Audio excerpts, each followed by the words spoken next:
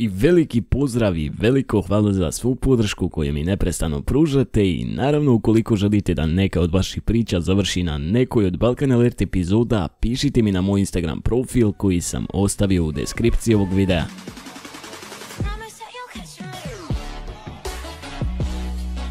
Hej, to sam ja Kanek i dobrodošli na novu epizodu na našem kanalu i hashtag srce za cijeli Balkan Alert crew. Jeste li mi dobro zlikovci moji?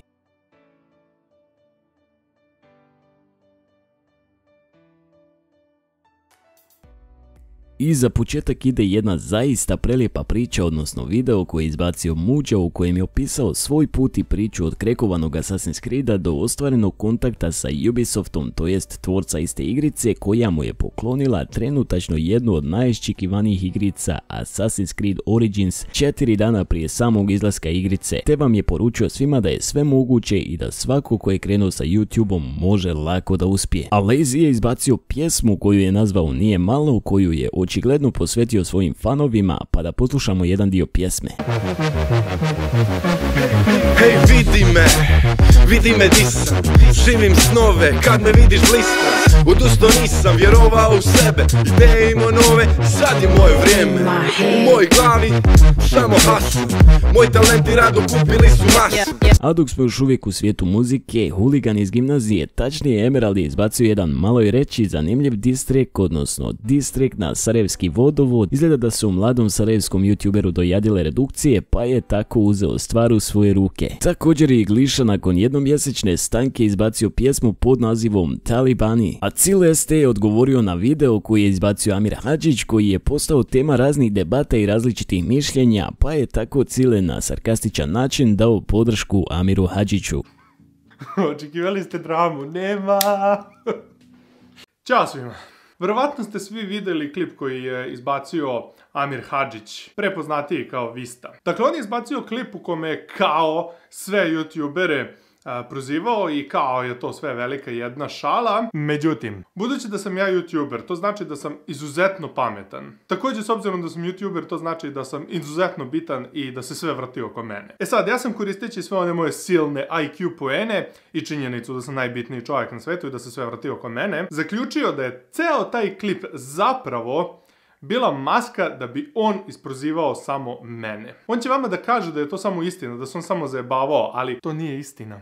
Ja vam kažem da je taj klip isključivo napravljen da bi mene prozivao. S obzirom da sam ja youtuber, naravno nisam lud da svoje svađe rešavam privatno, jeli preko poruka, ili ne daj Bože da se vidimo uživo. Ja ne znam koja budala rešava probleme uživo. Ja sam rešio, kao i svaki kvalitetan youtuber, da mu pretim malo javno. Tako da, Amire, zbog toga što si me prozivao u onom klipu i još nisi imao muda da me prozivaš normalno, nego si napravio ceo klip kao fazon, kao šala, mada svi znamo da si mene prozivao. Zbog toga što si me prozivao, znači ja ću da te nađem gde si. Tražit ću te gde god da si se sakrio, gde god da si, ja ću da te nađem. I kad te budem našao, odvešću te na piće, zato što si prošli put ti častio piće, pa nije u redu da ti ostane dužan. Također, onaj klip ti je baš do jaja, super. Očekivali ste dramu, nema! Također i magični video se oglasio povodom Amirovog klipa za koji je kazao da su ljudi po njegovom mišljenju previše personalno primili Amirove riječi, te da je samo glup čovjek mogao ozbiljno da shvati ono što je htio da kaže. A Juka izbacio zanimljivu sliku na Instagramu s obzirom da je iznio mišljenje o Amiru u svom posljednjem videu, te kako je on jedan od rijetkih youtubera koji mu mogu uništiti YouTube karijeru vrtoglavom brzinom, te kako ga je blokao na Skype-u. Jedna zanimljivost opaža se u pozadini Jukine slike, odnosno Skype razgovor u kome se jasno vidi Amir Hadžić. Ne možemo sa sigurnošću kazati da je sve ovo lažna drama, međutim izgleda da se neke čudne radnje događaju. A kompleksašu je izgleda dojadio površni humor sudeći po klipu koji je izbacio, a nazvao ga youtuberi koji se oblače kao žene, u kojem je izrazio nezadovoljstvo prema youtuberima koji se oblače kao žene zarad pregleda, lajkova i popularnosti. U ovom klipu nikoga nije imenovao, ali postoji nekolicina youtubera koji su se proslavili oblačeći se u nama ljepši pol. Da gledaj, žalim te. Biti smiješan i duhovit su dvije različite stvari. Znaš ti ko je bio kompleksar, a to ti je bio frajer, zvijer, fizički, mentalno. Uvijek me raspoloži i namotiviši.